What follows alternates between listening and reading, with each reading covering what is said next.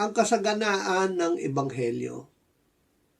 Nalalaman ninyo ang biyaya ng ating Panginoong Hesukristo, na bagaman siya ay mayaman, subalit alang-alang sa inyo ay naging dukha, upang sa pamamagitan ng kanyang kadukhaan ay maging mayaman kayo.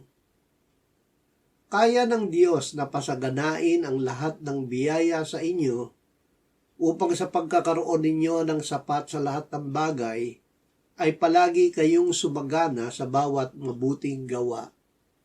Gaya ng nasusulat, siya'y nagsabog, siya'y nagbigay sa mga dukha.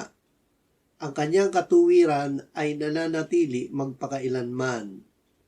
Siyang nagbibigay ng binhi sa manghahasik at ng tinapay bilang pagkain, ay siyang magbibigay at magpaparami ng inyong binhi upang ihasik, at magpaparami ng mga bunga ng inyong pagiging matuwid, na kayo ay pinayayaman sa bawat bagay, dahil sa inyong kagandahang loob, na sa pamamagitan namin ay nagbubunga ng pasasalamat sa Diyos.